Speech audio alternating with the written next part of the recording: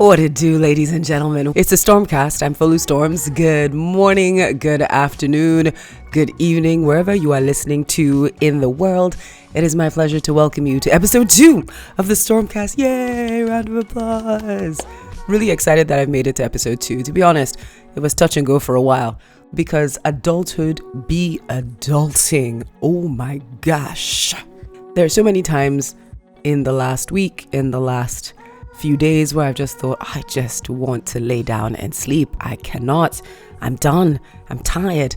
But no, we keep going. It's very important, as I said in the last episode, that no matter what your feelings are saying, remember that they are fickle and you'll feel so much happier once you do the thing that you said you were going to do. And here I am feeling already 10 times happier as I'm doing the thing that I said I was going to do. I'm recording this podcast at ungodly hours of the morning. I am lacking the sleep that I would truly desire. In fact, at this point, I think I've been napping, but that's kind of adulthood and that's okay. And I'm willing to pay that price, which is another thing. Are you willing to pay the price for the thing it is that you say that you want? Are you willing to pay the price? Anyways, this podcast episode, I'm going to be sharing with you different lessons that I've learned as a broadcaster, as an actor, as an entertainer. I really want to just share this stuff with you. So here we go into it. Now, for those of you who are just getting introduced to me, my name is Folu Storms. I'm an actor, a voiceover artist, a lawyer, a presenter, a host, an all-around very capable human being. And I really enjoy using all my talents to their fullest capacity.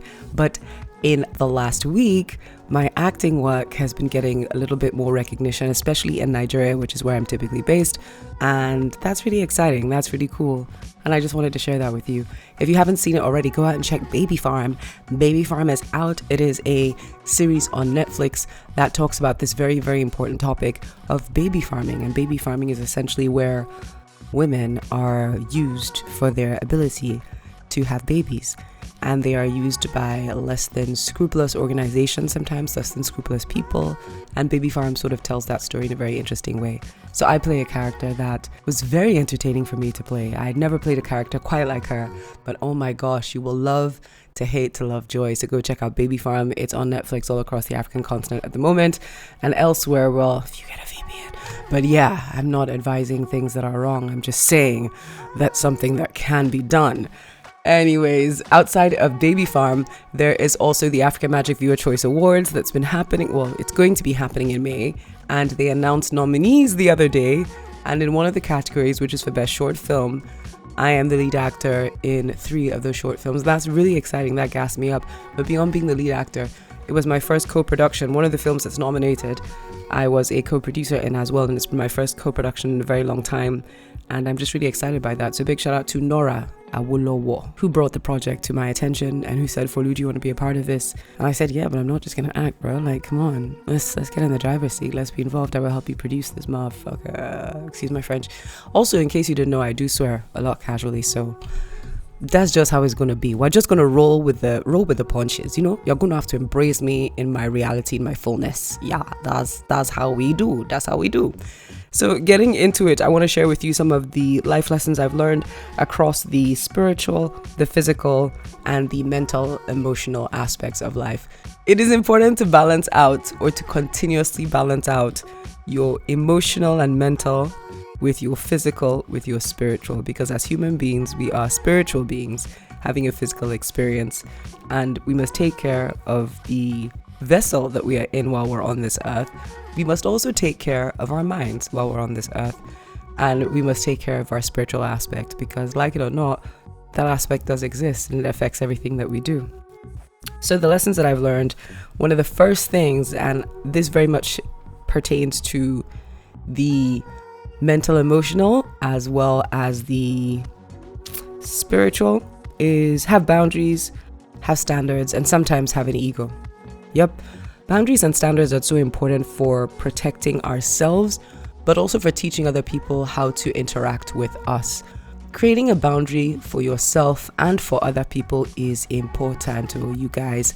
True freedom is not doing anyhow. True freedom is discipline. True freedom is saying, okay, these are the limits for myself in my behavior. These are the limits for others and how I want them to behave around me.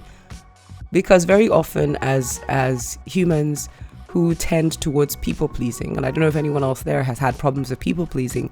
You may think not, but you'll be surprised when you start looking at your behavioral patterns properly, that we tend to lower our standards for others. If you're someone who is very fiercely loyal, I can be not just even loyal, but yes, I'm a loyal person, but I don't think I'm loyal to a fault, and that I'm not irrationally loyal. Sorry if everybody who's dealt with me who feels like you must be loyal to a fault. I'm not.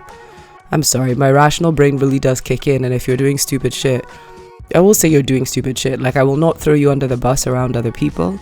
I'm very mindful of other people's feelings, and maybe that's where boundaries for me start coming in. That's where I need to be more careful, and that's why I need to start enforcing my boundaries a bit more, because it can tend towards people pleasing. If you are someone who is very mindful about how other people feel, you can sometimes take actions and decisions that are detrimental to your own well-being. For example, let's take flying. If you're on a plane, or maybe in a bus, you're on a plane and you have the window seat, right? You've been excited. You're going on this trip and you want to give yourself a nice, comfy, cozy window seat so you can just chill and look out the window. But at some point through the flight, you need to pee. And you look at the two other people that you have to climb over who you don't know to get out. If your instinct is to be like, oh man, I don't really want to disturb anyone, let me just hold it. And you hold yourself till you're almost bursting. That's people-pleasing behavior. And that's terrible for your physical. It's also terrible for your emotional and mental. It's terrible for your physical one because as a woman, you're affecting your urinary tract. Like, what are you doing? Get up. You have to pee. Go pee. Stop holding, just stop holding your pee. Like, you need to go. You need to go. On the emotional and mental, you are teaching yourself that other people's feelings are more important. Other people's comfort is more important than yours. I know it sounds crazy to think about, but if on that small level you deny yourself and you tell yourself, no, I just wait, it's okay. Let them, you don't want to disturb them now. You don't want them to feel, it's not nice. Or maybe you went once before. So now the second time you're like, man, I don't know if I should. I don't want to. Girl, will you get up? Will you get up? Don't do that to yourself. Stop putting other people's feelings as a priority above yours. We do that in so many ways. For a lot of people, especially if you're African people like myself or Nigerian, maybe it's something that was taught to you when you were really young. It's a sign of respect, so you consider others. Maybe if you're a woman, you're always told, think of how other people will feel. So you spend a lifetime putting yourself on a back pedestal. You spend a lifetime forever putting other people's feelings and needs and emotions above yours. I even give you another random example at the gym yesterday. So I hit the gym yesterday evening after work because the mornings have got a bit hectic for me. So sometimes I can't make it in the morning, even though that is my preferred quote unquote hour for the gym. And it was upper body day. So I needed to do, slight incline bench flies. I'll even post it on my Insta story so you can see. Go check me out at Follow Storms, and I'll post it on my TikTok. And I had to do bench flies. Now there's a main bench and there's a bench that, because my gym is a little small, and I like it that way because typically it doesn't get very full, at least in the morning. So you can go and do what you need to do and get out. And it has basic equipment, but it's functional equipment. It has push pull, it has all the things that I need. So I go there, it's convenient for me. And there's a guy using the bench. Now, the last time I had to do my upper body days, there was another guy using the bench, and he was like, yeah, of course we can share. And you know what it's like, sometimes people will say it's fine to share at the gym. And this evening, it happened to be a lot busier than I thought it would be. I was like, oh wow, it seems like there are more after work gym goers than there are morning gym goers. So Nigeria is playing, I think, an AFCON qualifier against Zimbabwe or Zambia or someone, I can't remember. I vaguely glanced up at the screen, and the only reason I noticed this is because the guy sitting on the bench is spending all this time just staring at the screen. He's not really doing much. So I walk up to him, I'm like, hey, can we share the bench? And he looks me up and down and just goes, I'm using it. I said, okay. I walked away. Let it not be some type of way. Let me not be some type of way. And I leave that. So I go find another bench. Luckily, it's not being used. I pull it over to a corner, and it's a really packed gym. And I set up my workstations. I have about 3 workstations. Quick and efficient. Let me get this done. By the time I get back to my bench after doing my first superset, and I'm on the second superset, and I go back to the bench to do my dumbbell flies, this same man who has really spent most of the time, because I've been watching, because I'm irritated, I won't lie to you. I'm just like, that's one of my pet peeves. I'm like, fuck these people that go to the gym and you just spend all of your time staring at TV or gisting, and you're taking up valuable equipment time. Some of us, we just want to do what we have to do and get out. So please, sir, do what you got to do and get out. Stop gisting on equipment. Stop. Like, it's a pet peeve. It's so fucking selfish. It's so selfish. Anyways, this same guy that was occupying the other bench, I guess he also has superset rotations or whatever going on. So he comes over in the section of the gym near where I've placed my bench, and he starts using another piece of equipment that's now in the way of me getting back to my bench and doing my dumbbell flies. And so I go stand behind him and I'm like, yo, and I look at him, and my instinct, and I tell you this story because my instinct was to, in fact, before even I tell you my instinct. And so I look at him and he's like, oh, well, I was like, yeah, I left the other bench because you said we couldn't share that. And I went and brought this bench and it's over here and this is my workstation. So, I'm currently working here. I'm doing my thing. And he looks at me and he's like, yeah, well, I'm almost finished. So that is like implying I should wait. And for half a second, I promise you, I thought about being like, oh, okay, let me just go and do my other workouts. And then, my fuck you reflex kicked in. And I was like, fuck this ninja. What is he saying? Didn't I just clear another whole half of the gym for you? Like, what are you doing? Like, no. And so I turned to him and I was like, no, well, I'm almost finished and you're slowing my set down. So do you know what? I'll just move my bench again for you. And I was a little annoyed at myself that I even made that concession to move my bench at all. I felt like a part of me wanted to just stand on business and insist, like, so I get the fuck, like, let me finish what I'm doing, then you can come back because I waited for you, or you didn't even give me that consideration. But honestly, I just wanted to do the thing I wanted to do and get out. But that's what I mean by this people pleasing, is that for a long time in my life, without really noticing, even though I'm a very assertive and I can be a very confident person, without noticing it, for certain people, for certain authority-ish looking figures, maybe I will just want to be polite. It's also an English thing. It's rubbish. You'll tell yourself, oh, well, oh, I'm so sorry. Oh, I don't mean to. Is it all right if, can I just stop using all that sort of language? Stop using language that continuously puts you on the back foot and continuously puts you in a position where you make yourself secondary to others. It's nonsense behavior. It's crazy behavior. It's crazy work. Because really, imagine this guy. When I said it, he sort of smirked. I was like, oh, okay. I was like, yeah, because, like, F you. I'm doing this thing over here. Why must I be the one to compromise for you? And you're the one faffing around in the gym. Pet peeve. Please don't go to the gym and faff around. Do what you have to do. Be efficient and move. Or if you can't be efficient, just away from the machine. Please, we beg you. Thank you so much. So that's one aspect. The other thing I'm going to talk about is standards. And standards are really important in everything. Standards for how you work out, standards for how you work in your working life, in your adult life, in your professional life. Every time I have compromised my standards, every time I have said, you know what, for this, let me just, I don't want to seem like I'm difficult. Let me just, adjust this priority I have. Let me just adjust this policy I have and help these people out. That help comes back and it spits at me in the eye. Like their paw spits for my eye. I'll give you another example. This is now a working professional example. Very recently, I had to do some voiceover work for, I guess, kind of a new client, and it came to me through an agency. Now, I don't really like working with agencies because I feel like they have policies that are very, very harmful towards creative individuals.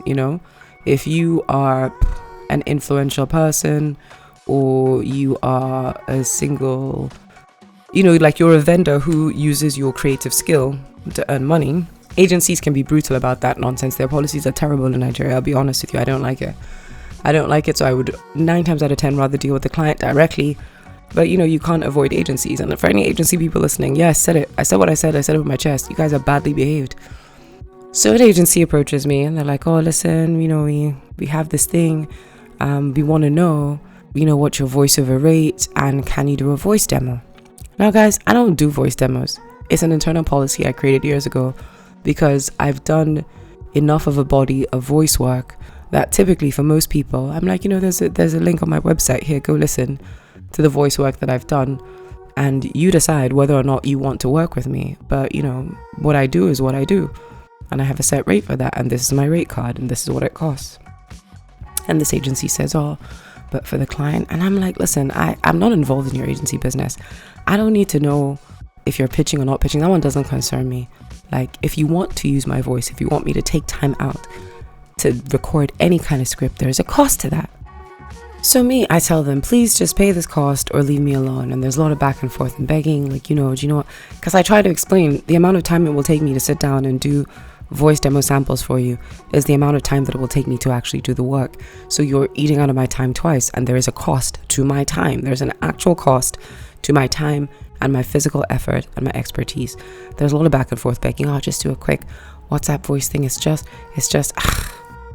and then what do I do, silly me? Because I kind of know one of the guys behind this agency. So I say, okay, sure, I'll do it. And I'll do it. And they come back, oh, we need it in a rush, express, yada, yada, yada. And anyone who's ever worked with me for voice work knows, like, I'm badass. Like, I do that. I do be doing that. And I do it very well. And so I will turn around time, and I'm pressured because I have to be on a set later, etc., etc. So, I ask for the pitch. I'm like, guys, let me know what you need. Give me the creative direction. I prefer creative direction. If we can't sit on the phone while I'm doing the recording, I would like the creative direction to come via voice notes, just so that I know exactly what you want, because creativity is not a science. It's a process, and sometimes you need to talk to me to explain what that process is. But no, I get a bunch of writing through my agency, and I'm like, all right, cool. Or through my management, and I'm like, all right, no problem. Boom, bam, bam. Get it done ASAP, 24-hour turnaround time, less than. And I get it to them. And then there's an issue with the recording. They're like, oh, it's not quite what we wanted. And I'm already irritated, right? Because this is why I like you to explain things clearly. Anyways, that one is done. No problem. I finished from set a couple days later, and I'm like, okay, get in touch with this agency. Let them know if they need me to come in. Let's do this thing and just get it done. Because I have a home studio that I record from. Otherwise, if you need me to come in, I can also do that. We just need to make a plan for it, right? There's a cost to that, but let's go. Will you guys believe that I go in, I do this recording, everything is done, and typically my most important policy when it comes to voice work is that I am paid ahead of time. I'm like a supermarket. You don't walk out of the store without paying for the goods. That's really my policy, for very clear reasons, because I have had so many bad experiences in the past. And every time I've thought of bending that rule, some nonsense behavior will come out of it because we're badly behaved over here. And so I'm thinking to myself, from the first work that I did, these people still haven't paid me. I've come down physically, I've done this, I haven't been paid. They're like, oh no, don't worry, end of business today. We're going to get it sorted. Guys, long story short, let me tell you that it's been 1 month. It's been over a month, and I've still not received payment for this voice work that I have done. Never compromise your standards. You will always regret it. Professionally, personally, you'll regret it. Every time I have dated someone or I've gone out with someone who, at the back of my mind, I'm like, I never would have thought I would really be into this person, or there's been a little bit of an inkling in the back of my head. I've always known. I'm like, this is probably not going to end well, but I'm a curious person and I like to give people chances. And the problem with that sometimes is you will give people a chance to be around you that have no business having access to you. There are so many people, well, not so many, because to be honest, I'm not foolish, right? But there are a few people in my life on a personal level, whether it's dating or whether it's friendships, that I have realized I gave access to that had no business having access to me, none whatsoever. Like, where would you find me on a normal day? Where'd you know me from, bruh? I don't know you, bruh. I don't know you, ninja. Where you know me from? I know people listening to this like, for you, but I'm telling you, do not compromise your standards. You will regret it. Because when you allow those people around you, they will mess with your sense of self-esteem. They will mess with the way that you view the world. It will affect your behavior. It will affect your pattern. You'll pick up habits you have no business picking up. I'm telling you, for free. All right? This is free game from 40 minus over here. All right? This is free game as I step into what will be the last chapter of my 30s. I'm telling you, don't compromise your standards for nothing. Have a standard. Set boundaries. Have set standards. It's really important. It will keep you in good standing. And the third thing I want to also bring up is have an ego sometimes. The ego goes hand in hand with the standard thing. And not an ego as in you do not hold yourself accountable, because having an ego, having a sense of self, and understanding that even that sense of self is constantly evolving and it's constantly transitory. it will help you navigating the world. It's important sometimes to own the things that you have accomplished, to celebrate self, to celebrate achievements, to celebrate worth, and to know that you are worth things, to know that you are worth. Sometimes other people in your life who are good people for you, they see you in much higher standing than even you see yourself. So that's something that you need to work on. You need to work on talking to yourself. You need to work on loving yourself. You need to work on treating yourself like you would a small child, because inside you're still a small child. Even though you're in your 20s, your 40s, your 60s, you're also still the 10-year-old version of you. You're also still the 5-year-old version of you. You're also still the 15-year-old version of you, and you deserve love. If you could see yourself as a small child, or if you have a small child, think about the loving way in which you talk to little children. Think about the loving way in which you correct, you set boundaries, you tell them to pick themselves up, to hold their chin up. That's how you must talk to yourself. A lot of us do not realize we have highly critical inner voices. That inner voice is probably a reflection of maybe a parent figure and an authority figure that spoke very harshly to us when we were younger, and we've imbibed it. And they maybe didn't speak harshly to us because they wanted to be harsh towards us. That's how maybe they grew up as well, right? It's quite possible that's what their family was like, that's what their parents were like.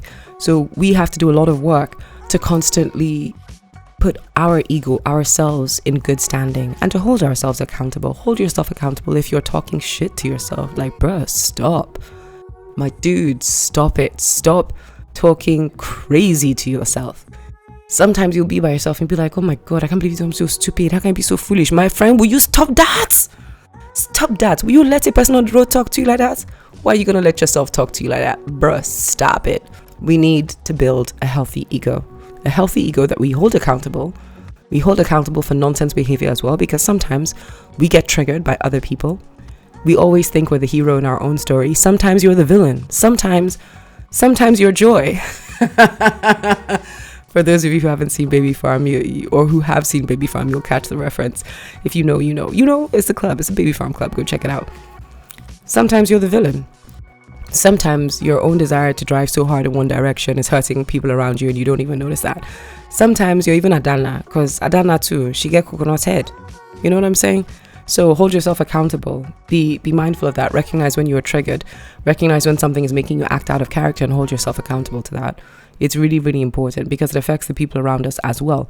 So it's not to put yourself on a back foot for other people. Again, going back to my first point, you do have boundaries and you do have standards, but you should also be honest with yourself. Sometimes you too do. Another example, yesterday after the gym, after being triggered by that bros in the gym, because I didn't realize I was triggered, but I was triggered. It meant that when I left the gym and I said, all right, it's time to break my fast, I forgot to get water while I was leaving. So I stopped at the supermarket to pick up just a bottle of water, because I was like, I had like a protein cookie bar or something in my bag, so I could have eaten that and drank water just to like break the fast. I get to the till, and as I'm waiting at the till, one random bros just walks to my front. I may only have a bottle of water. So when I was listening to a podcast, so I took it out of my ears and I looked at him, I was like, excuse me? And I said it in that tone, but inside my blood, it did boil. My temperature was rising. I said, excuse me?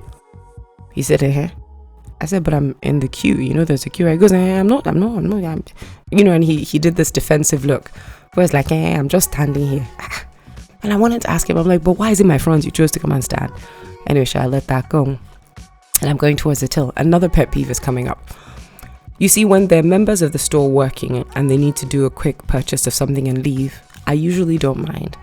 My only request, so for everybody who's listening that maybe works in a store or retail or owns one, please talk to your members of staff.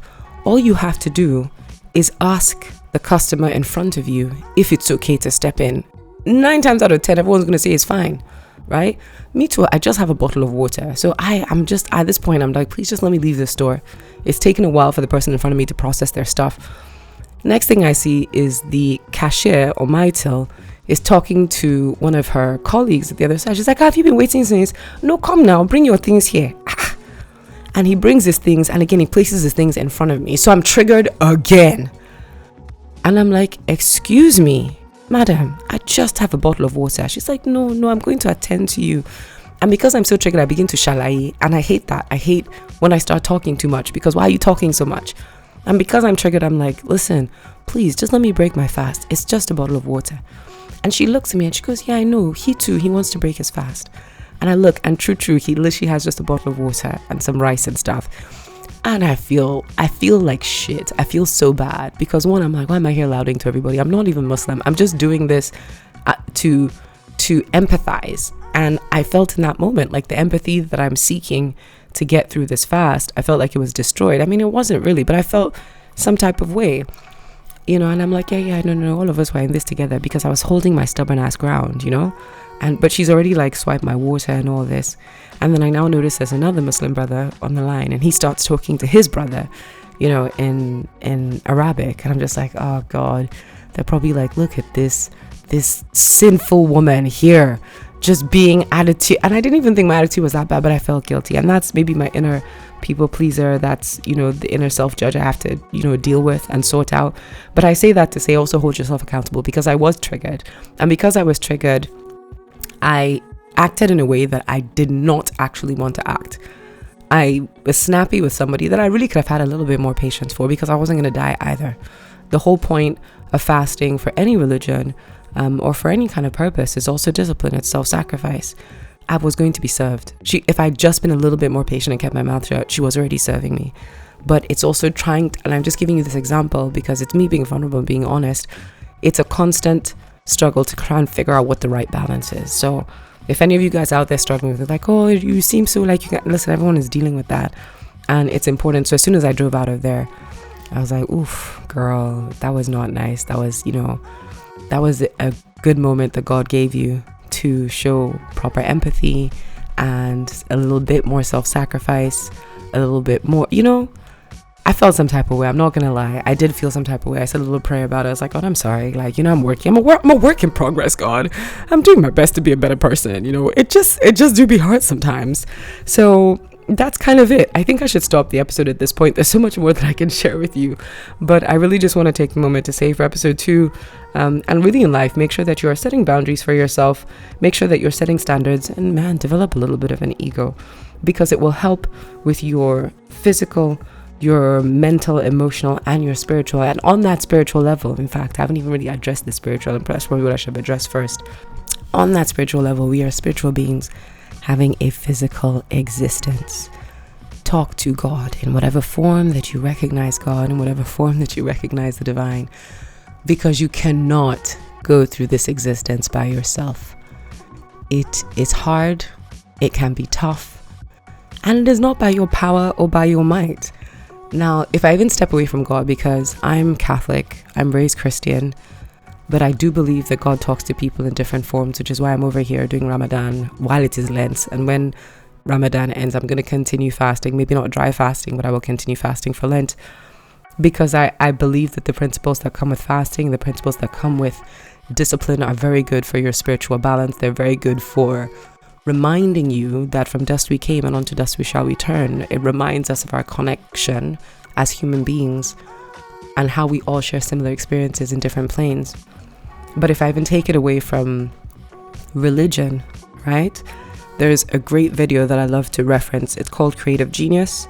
Yes, Your Elusive Creative Genius by Elizabeth Gilbert. It's a TED Talk from 2009, and it's a brilliant video, and it talks about how back in the day artists had a much healthier relationship with their creative art because they recognized the presence of a genius. Your genius did not come from you. You are not a genius. You have a genius, and that language shift is very important in keeping us balanced, because it meant that even when we're successful, you're like, yeah, I have a good genius. Like, there's a genius in the corner of my room. It's like this little spiritual entity outside of you that kind of helps you. And if you bombed, if you sucked, if you were having a bad day, yeah, your genius was having a rubbish day, but it wasn't you. So you didn't center the world's greatness or the world's problems in yourself and cause this spiritual break from your psyche, which is costing a lot of creatives their lives, because there's this very negative relationship with extreme creativity and greatness and depression and suicide and all these horrible things. Like, people feel you have to be crazily intoxicated or under the influence of so many things to create. No, your job is just to show up. Your job is to show up in any way, any form, as best as you can, and hope that your genius is also showing up on that day too. And you hope that inspiration is showing up on that day, and you hope that greatness decides that is the day to clash with you. But greatness can only clash with you if you are showing up. Greatness can only clash with you if you're showing up. And that's a really great way to think of the spiritual aspect of yourself, even if you do not believe in God. But there is God, there is a higher power, because the magic of being human and being alive and living in this world where we're all connected and yet all divided, it's beautifully magical and crazy. And, you know, I would always advise anyone, like, find the way that you connect with God. I connect with God best through nature. I will always go to water. I will always go to the forest. I will go to ocean. You know, I'm a little heathen on the inside. If I was born in a different era, there would be allegations of witchery, most likely. But I'm not mad at it, because that's how God talks to me. And I believe that's how God talks to most of us. We've just gone a little far away from nature. So remember that you should be nourishing your spiritual side in whatever way you feel the most connected to the divine, whatever way you feel the most connected to your creativity, that pours into you, that fills you, that fulfills you. That is God speaking to you, you know. That is the universe speaking to you. That is the divine speaking to you, and quite often through you. So take a moment to listen. Silence is a good way to enrich your spiritual life. Just sitting in silence. No thoughts, no nothing. Just give yourself silence, because in the silence is where God speaks. And if we're constantly talking, if we're constantly watching something, if we're constantly downloading things in our brain, if we're constantly moving, then you don't have the time to stop and hear God speak. And I think that's important. And on that note, that's the end of the Stormcast for today. I've had a good time. I'm happy I got this done and dusted, because those feelings are fickle and we must move forward. I will continue to share things with you guys. I have so many dope projects that are coming out, and I want you all to catch up. And if you listened to this point, thank you so much. Thank you so much, guys. Drop me, I don't know, like a little storm sign, like a little lightning bolt. If you listen to the podcast at this point, drop me a little lightning bolt. I'd love to know. Also, if you're listening on Spotify, because we're available on Spotify and on Apple Podcasts, please do hit the download button on Spotify. It helps me a lot. It's so nice. It shows that you really engage. Plus, it means you can listen to me in airplane mode wherever it is. So don't just follow, and you should be following, but make sure you hit that. If you're listening to me on YouTube, what's up? I know you want to see my face, but I'm enjoying recording without videos. I'll start putting up more clips in due time. But I think for now, the podcast should remain as a podcast. I think we're overly stimulated as it is, and you can see my face on all these other platforms because I do so many other things, because your girl bad like that. You get me? I'm too bad. Do give me a follow, give me a like, give me a subscribe if you're on my YouTube also. Thank you so much. And this has been amazing. Thank you so much for joining me on the Stormcast. And that's it. I'm out. And don't forget, on the 6th of June, it is the world premiere. Well, not the world premiere. The 6th of June, Red Circle is out in cinemas. I'm sure you've seen the promotion for Red Circle everywhere, but we're also going to be showing globally, guys. So make sure you please go check out Red Circle. It's this brilliant project. I play Fikaya Holloway. I'm so excited for it.